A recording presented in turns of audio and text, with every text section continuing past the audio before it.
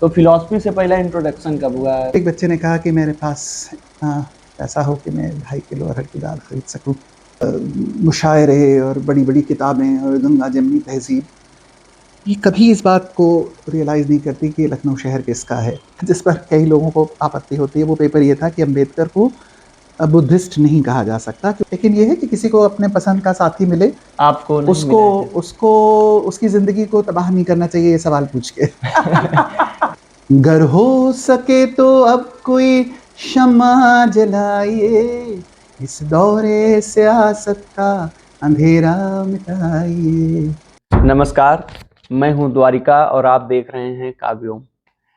आज हम काव्योम की श्रृंखला आईना के अंतर्गत एक ऐसे मेहमान से बात करने आए हैं जिनका सामाजिक जीवन, एकेडमिक जीवन हमें तमाम तरह की सीख देता है और यह बताता है कि अगर इंसान चाह ले तो वो समाज में परिवर्तन लाने के लिए, स्वयं में परिवर्तन लाने के लिए कुछ भी कर सकता है। आज हमारे साथ हैं लखनऊ विश्वविद्यालय के दर्शन शास्त्र विभाग के पूर्व विभागाध्यक्ष प्रोफेसर राकेश चंद्रा सर, और हम सर से बातचीत करने के लिए उपस्थित हैं। नमस्कार सर। नमस्कार। काव्योम को समय देने के लिए बहुत बहुत शुक्रिया सर।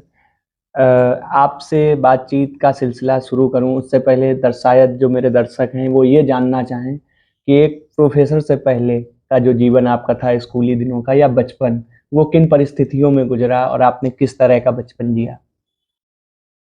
मेरा बचपन शायद वैसा ही रहा हो जैसा कि सभी बच्चों का होता है। एक नगरीय बच्चों का, खासतौर से जो हम लोग कॉन्वेंट्स में पढ़ने जाते थे। और फिर मेरे बचपन की जो ख़ास बात मुझे लगती है कि मेरे फ़ादर की बहुत जल्दी डेथ हो गई थी। क्लास 7th या 8th में हम पढ़ते थे तब हमारे फ़ादर की डेथ हो गई थी। लेकिन मैं ये बात ज़रूर आपके साथ शेयर करना चाहता हूँ कि मेरी माँ ने हम लोगों को कभी कोई कमी महसूस नहीं होने दी। हम लोग के पास पैसे कम थे, पर हम लोग अपने आप को कभी भी किसी से कम नहीं मानते थे, क्योंकि पढ़ना, लिखना, म्यूज़िक कॉन्सर्ट्स में जाना, साहित्य की किताबें पढ़ना, इन चीज़ों में हमारी कोई कमी नहीं आई। हम अपने उन्हीं स्कूल्स में पढ़ते रहे। तो और आप माँ के शरारती बेटे थे या? ये तो शायद माँ ही बता सकती थी, पर पता नहीं शरारती बेटे नहीं थे। लेकिन एक बात और मैं ज़रूर सब आपके साथ साझा करना चाहता हूँ। आमतौर पर सबको लगता है कि अ, 3 बेटियों के घर में थे, तो बेटे की बड़ी इम्पोर्टेंस होगी, पर मेरे पापा भी मुझको बिल्कुल कोई इम्पोर्टेंस नहीं देते थे। और वो ये मानते थे कि मेरी बहनें मुझसे ज़्यादा योग्य हैं, वो ज़्यादा पढ़ी-लिखी भी थीं और डोमिनेंट भी थीं, मेरे फ़ादर के साथ शिकार पे भी जाती थीं। और मैं लगभग शायद कोई भी कन्वेंशनली उन चीज़ों के में रुचि नहीं रखता था, जो कि मेरे फ़ादर करते थे। वो बड़ी-सी उनकी मोटरसाइकिल थी, उनकी बड़ी-सी गाड़ी थी, बहुत ज़ोर से हँसते थे और शिकार पे जाते थे, पर मेरे व्यक्तित्व में वैसा कुछ भी नहीं था। और मेरी मदर जो थी वो गांधी जी के मूवमेंट से जुड़ी थी। 30 जनवरी को गांधी जी की हत्या हुई और 29 तक वो उनकी सभा में जाती थी, और वो 30 को भी जाने वाली थी, पर उनके कोई एक भांजा कह रहा था कि मैं भी जाऊँगा, मैं भी जाऊँगा। उन्होंने कहा अच्छा नहीं, मैं तुम्हें नहीं ले जाऊँगी, तो फिर मैं भी नहीं जाती। और उनके बारे में मैं ज़रूर ये बताना चाहता हूँ कि वो जब उनकी शादी हुई तो मेरे फ़ादर की फ़ैमिली एक फ्यूडल फ़ैमिली थी। और तो मेरी जो दादी थी वो मम्मी बताती थी कि वो अक्सर ये कहती थी कि तुम्हारे गांधी जी ने हमारी प्रॉपर्टीज़ ले ली। और जब उनकी शादी लखनऊ में हुई तो वो रिक्शे में नहीं बैठती थी, क्योंकि उनको लगता था कि ये आदमी खींचता है। और सारी उम्र मेरे ख़्याल से जो मैंने देखा अपनी मम्मी को, वो हमेशा सूती कपड़े पहनती थीं या सिल्क पहनती थीं, और उनकी बहुत स्ट्रॉन्ग वैल्यूज़ थी। और अंत में बहुत बीमार होने पर भी जब वो मेरे ख़्याल से जब वो गई हैं हॉस्पिटल में, तब भी वो गॉड ऑफ स्मॉल थिंग्स पढ़ रही थी। तो मुझे लगता है कि मुझे अपनी माँ से बहुत ज़्यादा अ, तब तो नहीं लगता था कि सीखने को मिला, लेकिन अब ऐसा लगता है कि शायद मेरे पास कुछ भी ऐसा नहीं है जो मेरी माँ के पास था। और उनसे मतलब और एक्स्ट्रा तो मेरे पास कुछ भी नहीं है। उन्होंने इतनी स्ट्रगल करी, उन्होंने हम लोगों को बहुत अच्छी तरह से पाला। तो मैं बहुत शरारती भी नहीं था, लेकिन मुझे पढ़ने में रुचि थी। और मैंने अगर फ़िलॉसफ़ी में एमए नहीं किया होता तो मैं लिटरेचर में एमए करता। एक प्रश्न सर फिलॉसफी से ही। फिलॉसफी के बिना आपकी जीवन की संरचना की कल्पना मुश्किल है, तो फिलॉसफी से पहला इंट्रोडक्शन कब हुआ? फिर कि आगे फिलॉसफी पढ़ना है, फिलॉसफी पढ़ाना है? ये एक बड़ी रोचक बात है कि जब मैंने फ़िलॉसफ़ी पढ़ी थी तो शायद मेरा मन बहुत सारा इंडियन फिलोसॉफिकल सिस्टम्स को भी पढ़ने का था। लेकिन जब मैंने पढ़ना शुरू किया तो मेरे कुछ अध्यापकों ने मेरे मन में इंडियन फिलॉसफी पढ़ने के प्रति बहुत उन्होंने ये कहा कि आप अंग्रेज़ी बोलते हैं तो आपको इंडियन फिलॉसफी नहीं समझ में आ सकती। और मुझे जो वेस्टर्न फिलॉसफी पढ़ाने वाले जो मेरे 2 टीचर्स थे, प्रोफ़ेसर शेफाली मोइत्रा और मेरी टीचर, जिन्होंने मुझे बहुत बहुत बहुत बहुत बहुत कुछ मेरे ज़िंदगी में योगदान दिया, प्रोफ़ेसर रूपरेखा वर्मा। आपकी बड़ी बहन भी फिलॉसफी से? मेरी बड़ी बहन ने भी लिटरेचर में, संस्कृत लिटरेचर में फ़िलॉसफी का अध्ययन किया था। पर जो मुझे यूनिवर्सिटी में मुझे लगता है कि professor Rooprekha Verma, professor Vibha Chaturvedi, professor Shefali Moitra, professor R D. Mishra ने बहुत अच्छी तरह से फ़िलॉसफी मुझे पढ़ाई। और हिंदुस्तान के जो सर्वश्रेष्ठ दार्शनिक थे उस ज़माने में, उनसे हमारा परिचय हुआ, प्रोफ़ेसर प्रणब कुमार सेन वगैरह, उन सब से तो मैंने बहुत कुछ सीखा। हम लोगों ने आपके बारे में काफ़ी रिसर्च की तो पता चला कि आप गाते भी बहुत अच्छा हैं, पेंटिंग्स भी बनाते हैं और कविता भी। तो मैं तीनों को एक क्रम से लेता हूँ कि पहले आप पेंटिंग और गाने के बारे में अपना बता दीजिए, फिर कविता पे एक अलग से प्रश्न। पेंटिंग की मुझे बहुत शौक था, तो मैं जब क्लास 7th-8th में था तब से मैं पेंट करता था। ये जो पीछे पेंटिंग लगी हुई है वो भी मैंने खुद बनाई थी। ये मेरे ख्याल से जब मैं 10th-10th में था तब मैंने बनाई। लेकिन जो दूसरी बात थी, जो गाने का शौक, जैसे मैंने आपको बताया कि मेरी माँ ने विनय चंद मौदगल्य से सीखा था और हमारे घर में बहुत म्यूजिक का माहौल था, तो हम लोग सब लोग हमेशा से सुनते रहते थे। और जैसे मैंने बताया मेरी मदर को बहुत शौक था। बड़ी रुचिकर बात यह है कि ये मुझे पता चला कि शादी के बाद मेरे पापा भी अपनी मेरी मम्मी से गाना सीखने की कोशिश करते थे और फिर मेरी बहन ने सीखा, सब बहनों ने सीखा। हमारे घर में एक सूरज बख्श मास्टर साहब आते थे जो कि बहुत दिनों तक सिखाते थे। तो मैंने कभी म्यूजिक सीखा नहीं, लेकिन सुना बहुत।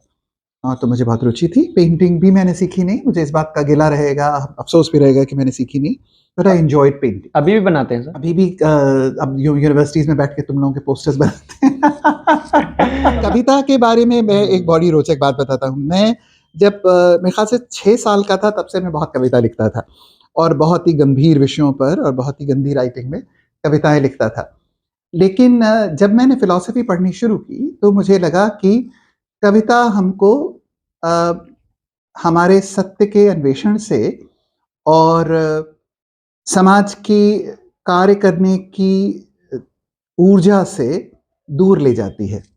और मुझे लगता था कि जितनी भी सुंदर चीज़ें उनके प्रति हमारी आसक्ति हमें किसी न किसी तरीके से आर्ट, क्राफ्ट, म्यूज़िक, पोएट्री सब हमें कुछ विलास की तरफ ले जाती हैं और जो समाज की जो कमज़ोर पक्ष हैं जहाँ पर कि हमको उसकी कड़वाहट को महसूस करके उनके साथ काम करना चाहिए, उसके स्थान पर हम उनका गाना गाने लगते हैं। मेरी कविता ख़त्म हो गई, मेरा म्यूज़िक भी ख़त्म हो गया, मेरी पेंटिंग भी ख़त्म हो गई जब मैंने फ़िलॉसफ़ी शुरू की।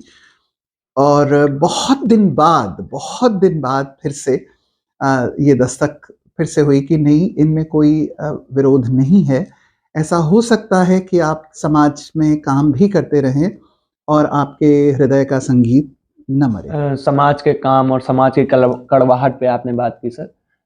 आपने जब फिलॉसफी पढ़ना शुरू किया, फिर उसके बाद एक ये जीवन चला दर्शन समझने पढ़ने का, उसके साथ-साथ जो समाज के लिए काम करने की आपको प्रेरणा मिली कि हमें दलितों के अधिकारों के लिए बात करना है, बच्चों के अधिकारों के लिए बात करना है। आप उन क्षेत्रों में रहकर भी आपने काम किया, उस कड़वाहट को आपने समझा, महसूस किया, उसको मिटाने का प्रयास किया।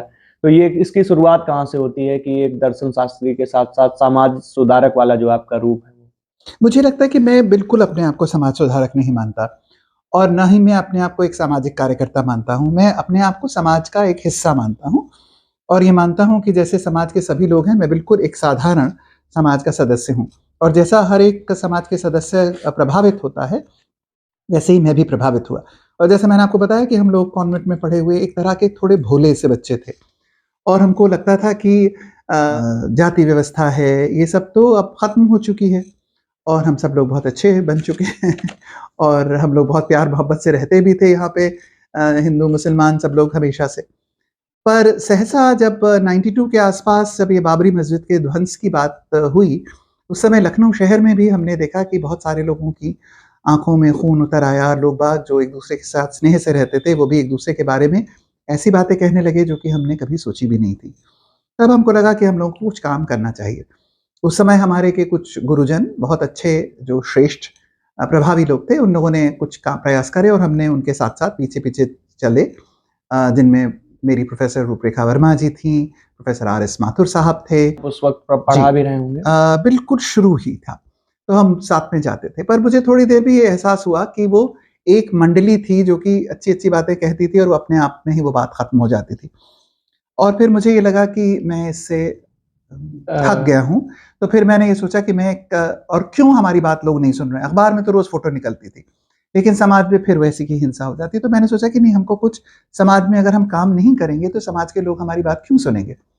और इसलिए फिर मैंने एक सुंदर लखनऊ, साक्षर लखनऊ नाम का एक कैंपेन बनाया, जिसको कि उस समय के डिस्ट्रिक्ट मैजिस्ट्रेट अशोक प्रियदर्शी ने बहुत सपोर्ट किया और पूरे लखनऊ शहर में हमने बहुत जगह पर बच्चों को पढ़ाने का कोशिश करी। और उसके पीछे मंशा सिर्फ बहुत साधारण थी कि यदि अलग-अलग जाति के लोग, अलग-अलग उम्र के लोग, अलग-अलग धर्मों के लोग एक साथ मिलेंगे, तो उनको ये पता चलेगा कि ऐसे दुआ करना या ऐसे दुआ करना, ये इससे ज़्यादा ज़रूरी बात ये है कि हमारे जो ज़ाती अनुभव क्या हैं, हमारी जो चिंताएँ क्या हैं, उस पे काम करेंगे। तो मैंने 2 जगह काम किया। एक जगह यहाँ पर एक प्रोफ़ेसर भट्टाचार्य थे, उनके जो डॉक्टर भट्टाचार्य उनके घर में, जहाँ पर क्रिश्चियन एक लोग रहते थे, उनके साथ बच्चों के साथ काम करा, और दूसरा अमृतलाल नागर के घर में।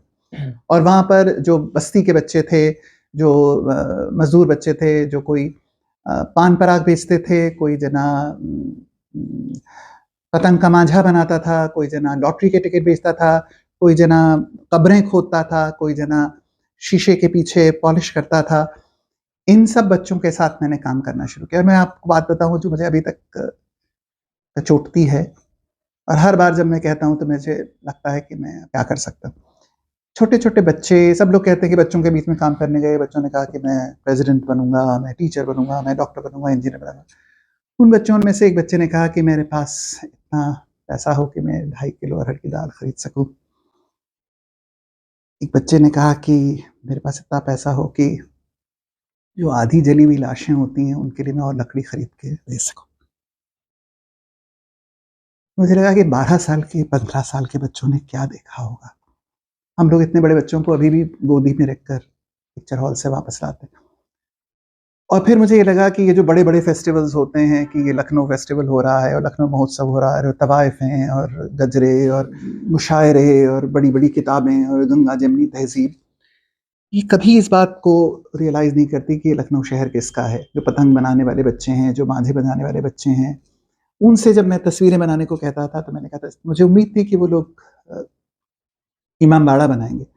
पर उनमें से बहुत सारे बच्चों ने टेम्पो बनाई। मैंने कहा क्यों? कहने हम इसमें बैठे नहीं। मैंने कहा बेटा तूने इमामबाड़ा क्यों नहीं बनाया? कहने हम उसके अंदर जा नहीं सकते, ₹10 का टिकट। तो ये शहर किसका है? हम लोग कौन लोग हैं? हम किनके बारे में बात करते हैं? ये सिर्फ़ नवाबी कल्चर और तवाइफ़ों के गाने और मुजरे और उनके आधार पे गंगा जमनी तहज़ीब के ऊपर करोड़ों रुपए का व्यापार, मुझे बहुत ही उथला महसूस हुआ। और हर रोज़ जब मैं जाता था तो मुझे लगता था कि मुझे और संवेदनशील होना चाहिए, और मेरे मुँह पर रोज़ एक तमाचा लगता था। तो वो मैंने बहुत सीखा, बहुत सीखा। ये सीखा ख़ास तौर से कि ज़िंदगी की किताब अगर आप किसी के सामने खोलते हैं, तो आपको उसकी ज़िंदगी से जुड़ने का पूरा मौका भी खोलना पड़ेगा। जब उन बच्चों से मैंने कहा कि कुछ तस्वीरें बनाओ, तो उन्होंने तस्वीरें बनाई। फिर उन्होंने कहा, मैंने कहा अपने घर की तस्वीर बनाओ। कहने नहीं, नहीं भैया आपका बना दें, मेरा घर तो गंदा है। फिर कोई जना मुझसे कहने लगा कि no there is a distinction between a house and a home. मैंने कहा ये हाउस एंड होम का फ़र्क नहीं है। जो उनके होम्स हैं वो और भी ज़्यादा क्रूर हैं। उनका बाप शराबी है, उनकी माँ परेशान है और गालियाँ देते हैं, वो बच्चों से बात नहीं करते। तो ये हाउस और होम का फ़र्क नहीं है, ये आपके विलास का प्रश्न नहीं है, ये पर्चे बाँटने वाले और बड़े-बड़े मंचों पर खड़े होने वाले लोगों का नहीं है। और मेरे साथ कोई नहीं खड़ा था। उसी तरह से फिर मैंने बाराबंकी में भी काम किया। जो अति दलित लोग हैं, जिनको आप लोग आमतौर पर चमार कहते हैं, उनमें से भी नीचे, जिनको जो हड्डी बीनने वाले लोग हैं, उनके साथ 15 साल मैंने काम किया कि वो मरे जानवर को कैसे छीलते थे, गिद्धों के माध्यम से कैसे उनका निकालते थे, उसके अंदर से उनका फ़ैट, और उससे फ़ैट को से साबुन बनाने को देते थे, हड्डियाँ तोड़-तोड़ के उनको बेचते थे, जो कि उनके बटन बनाते हैं। और जो बाकी बच जाता था गोश्त, उसके छोटे-छोटे टुकड़े बना के वो मुर्गियों के दाने देते थे, और खुद ऐसा काम करने पे बाद में परेशान होके शराब पीते थे। उनके बच्चों में से एक ही साल में 14 बच्चों ने आत्महत्याएँ कर ली थी। मैं उन सब बच्चों के साथ काम करने के बाद फिर मुझे ये यूनिवर्सिटी की जो छिछोरी राजनीति होती थी कि जो हर तीसरे दिन दलित के विमर्श पे एक सम्मेलन हो रहा है और उसके ऊपर बड़े-बड़े हो रहे हैं, उनसे मुझे बहुत बहुत ग्लानि होती रही। और अभी तक भी मुझे ये लगता रहता है कि उन सारी जगहों पर जहाँ हमने काम किया, वहाँ पर हमको बहुत कम लोग अपने साथ दिखाई दिए। लेकिन ये बात को भी मैं करेक्ट करूँगा, बहुत कम लोग वो दिखाई दिए जो आपको दिखाई देते हैं। वहाँ दूसरे लोग थे जो कि बिल्कुल सहज थे, जिनके के बारे में कोई नहीं जानता था। तो हलिया ब्लॉक में, मिर्ज़ापुर में कोई चाइल्ड लेबर के साथ काम कर रहा था, तो कोई दरहरा के अंतर्गत असिया नाम की लड़की गरीब बच्चों को पढ़ा रही थी, तो कोई और आदमी कहीं और कुमाऊँ के अंतर्गत डीडी हाट में या ऊपर बैठ के कहीं लोगों को पढ़ा रहा था, जिनके के बारे में आप लोग कोई नहीं जानते हैं और शायद कभी नहीं जानेंगे। तो उन सारे अनुभवों से मैंने बहुत कुछ सीखा और जो कुछ मैंने सीखा उसमें सब लोग पूछते हैं कि आप कितना आगे बढ़े, कितना पीछे बढ़े? तो मुझे लगता है कि 4 कदम आगे चलते थे, तो फिर 2 कदम पीछे जाते थे। और फिर मुझे ये अनुभव हुआ कि फिर जब मैंने बहुत सारा काम करा लखनऊ में, तो यूनिसेफ ने मुझे निमंत्रण दिया कि आपका इतना अच्छा काम है, आप अ, डिस्ट्रिक्ट्स में क्यों नहीं काम करते? तो फिर मैंने यूनिवर्सिटी छोड़ के 1.5 साल तक यूनिसेफ में काम किया और मैंने 28 ज़िलों में लगभग 36,000 प्राइमरी स्कूल टीचर्स के साथ काम किया। और कोशिश की कि अगर एक अच्छा स्कूल बनाना इतना मुश्किल नहीं है। पर अगर आपको हिंदुस्तान के बच्चों के लिए कुछ करना है, तो आपको प्राथमिक शालाओं में जाना होगा, क्योंकि अधिकांश बच्चे प्राथमिक शालाओं में हैं। दलितों के, गरीबों के, मुसलमानों के। आप पॉलिसी मेकर भी रहे हैं? मैंने 1997 की प्राइमरी एजुकेशन की पॉलिसी के दस्तावेज़ में कंट्रीब्यूट किया, फिर मैंने वुमेन्स पॉलिसी में कंट्रीब्यूट किया। यूएनडीपी एक रिपोर्ट निकालती है जेंडर की, उसको मैंने प्रोफेसर पूजा अजवाल के साथ लिखा। पूरे हिंदुस्तान की एक रिपोर्ट बनती है महिलाओं के ऊपर, तो अगर आप गूगल करके देखेंगे तो आपको दिखेगी एक report, milestones and challenges women in India, DFID, जो कि पहले ओडीए था, जो ब्रिटिश ऑर्गेनाइजेशन है, उसके लिए मैंने काम किया। नेपाल में एक स्त्री शक्ति नाम का संस्था है, उसके साथ काम किया। बहुत सारा काम किया और बहुत कुछ सीखा। आप लिखते भी रहे साथ में रिसर्च पेपर वगैरह। हाँ। एक रिसर्च पेपर का ज़िक्र आता है जो आपने अंबेडकर जी के जीवन पे लिखा था, उसके बारे में? मैं ये मानता हूँ कि भीमराव अंबेडकर एक बहुत बड़े स्कॉलर थे और एक बहुत ही ज़्यादा एकेडमिकली साउंड व्यक्ति थे और उनके बारे में बहुत ही दावेदारी के साथ बहुत बातें नहीं कहने का मेरे पास कोई अधिकार नहीं है।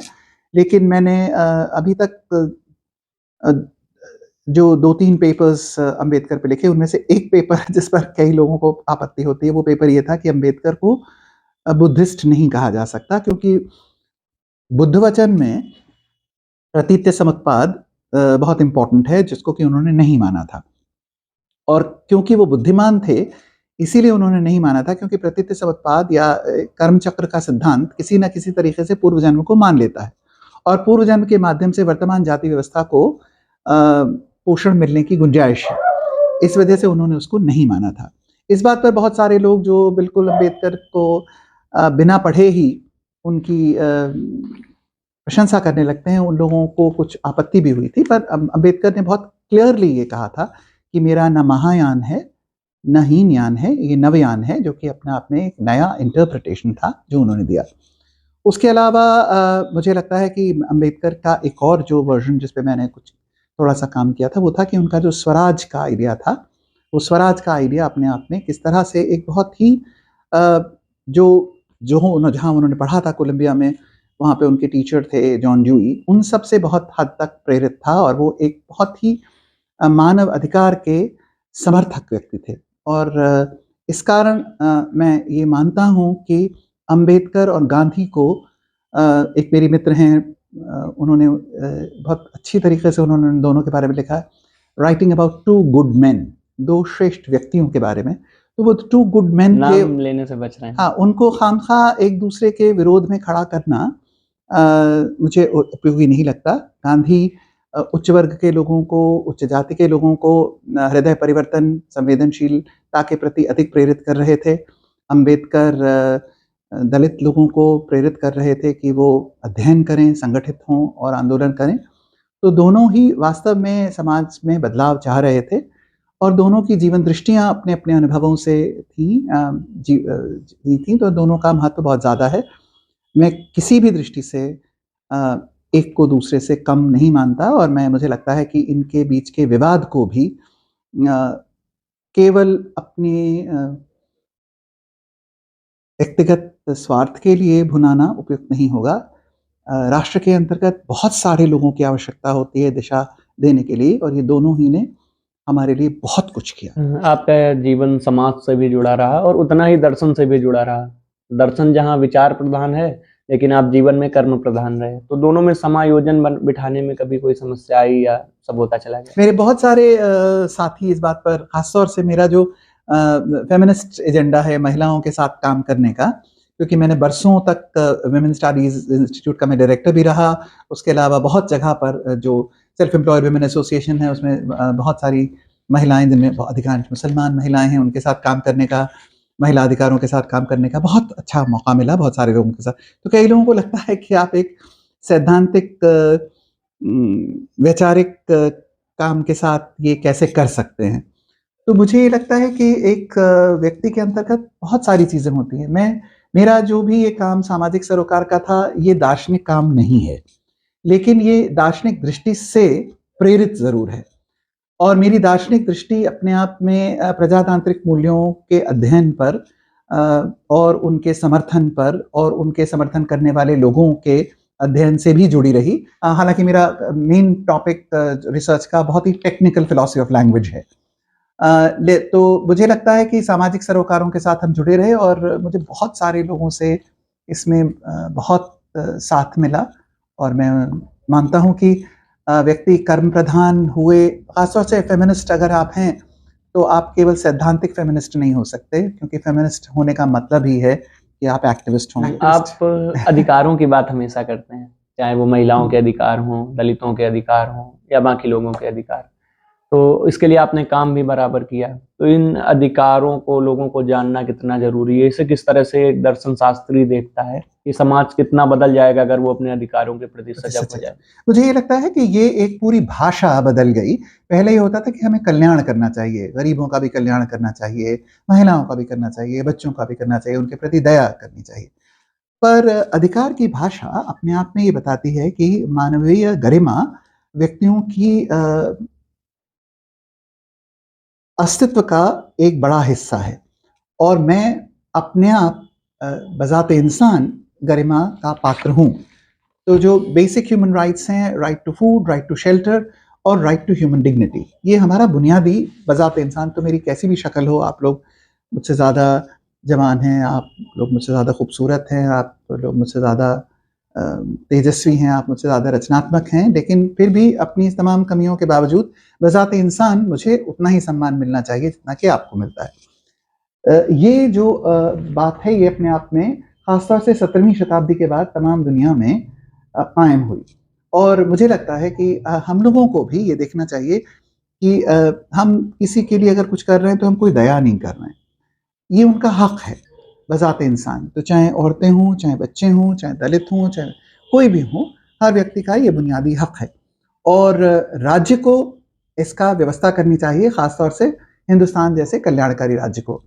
मैं इंडिविजुअल व्यक्तियों से ऐसा नहीं कहता, क्योंकि किसी इंडिविजुअल व्यक्ति का ये कोई दायित्व नहीं है कि वो दूसरे की सारी चीज़ों का व्यवस्था करे, पर राज्य जो कि हम सब के संवेद सहमति से बना है, उसके अंतर्गत ये बहुत ज़रूरी है। और ये वाली बात मुझे मैं अपने आप को एक मॉडर्न मानता हूँ, मैं अपने आप को पोस्ट मॉडर्न नहीं मानता, मैं अपने आप को प्री मॉडर्न भी नहीं मानता, और मैं आधुनिकता में विज्ञान, बौद्धिकता, प्रगति, मानवाधिकार का समर्थक मानता हूँ, भले ही आज इन बातों को लोग बाग पुराना मानते हो।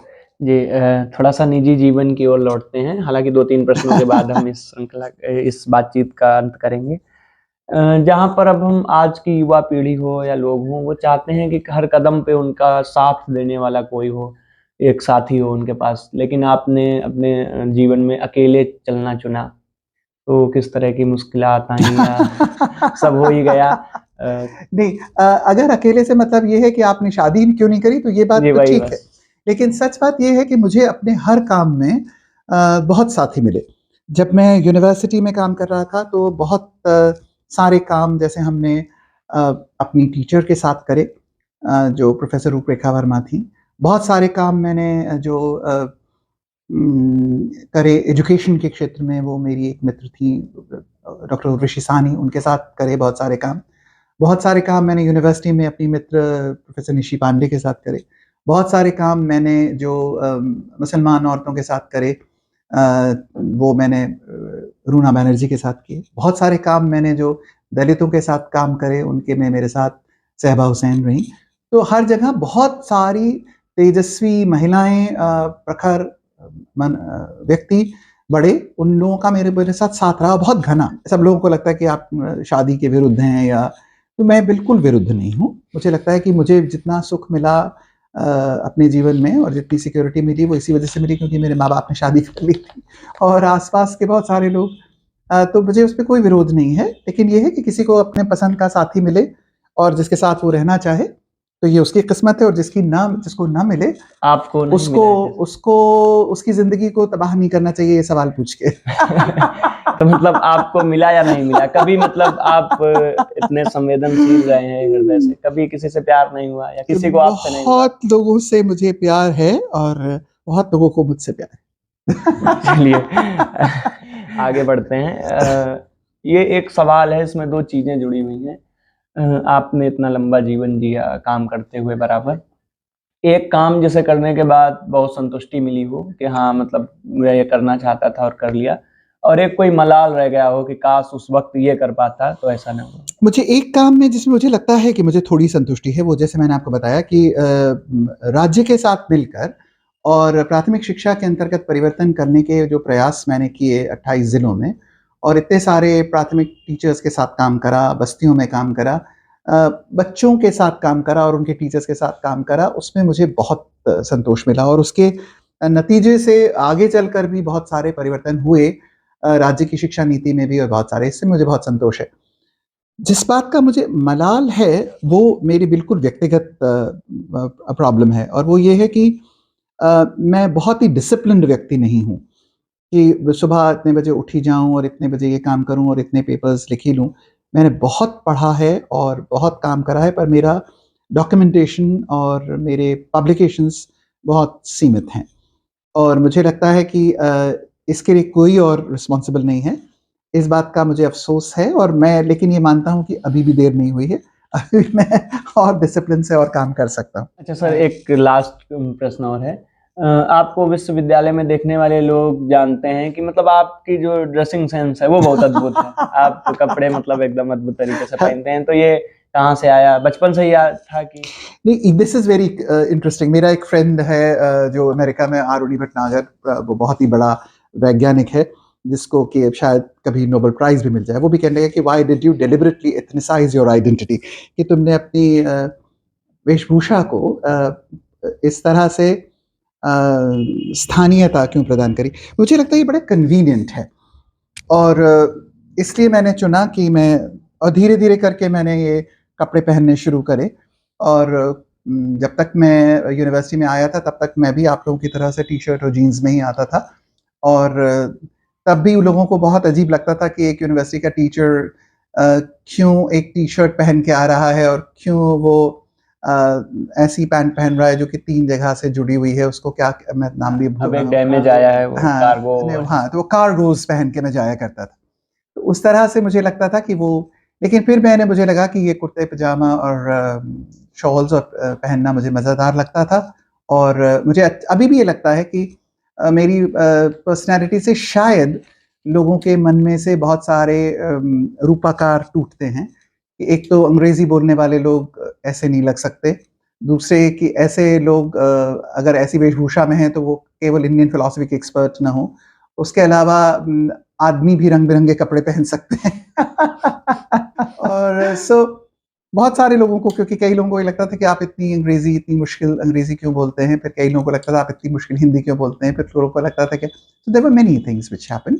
पर मुझे लगता है कि जो मेरा ड्रेसिंग सेंस है, वो एक इंडियन ड्रेसिंग सेंस है। और मुझे, जो इसका सीरियस मुद्दा है, वो ये है कि मुझे लगता है कि मैं जब भी ये कपड़े पहनता हूँ, तो मैं इनको बनाने वालों के साथ जुड़ता हूँ, और मेरे हर कपड़े के साथ एक कहानी जुड़ी हुई है। ये एक नेशनल अवार्ड विनर एक आदमी है, जिसने खुद बनाया है ये।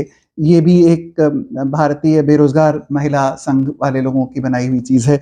ये जैकेट के ऊपर भी जो लगा हुआ है ये एक ट्राइबल चीज़ों की चीज़, तो हर चीज़ के साथ एक छोटी कहानी है, तो जब मैं कुछ पहनता हूँ तो उसके साथ बहुत सारी कहानियाँ, बहुत सारे लोग मेरे साथ जुड़े। अभी हम लोग आपके बारे में जब आपसे जुड़े लोगों से बातचीत कर रहे थे तो हमें पता चला कि आप गाते बहुत प्यारा थे, तो अगर 2 लाइन गुनगुना दें। मैं जैसे मैंने आपको बताया मैंने बिल्कुल गाना नहीं सीखा था, लेकिन जब हम लोग सारे लोगों के साथ काम कर रहे थे तो फिर हम लोग वही जनगीत गाते थे जो उस ज़माने में लोकप्रिय थे, और उनमें वही एक गीत मुझे लगता है कि हर उम्र के लिए और हर ज़माने में कायम बना रहता था। हर गर हो सके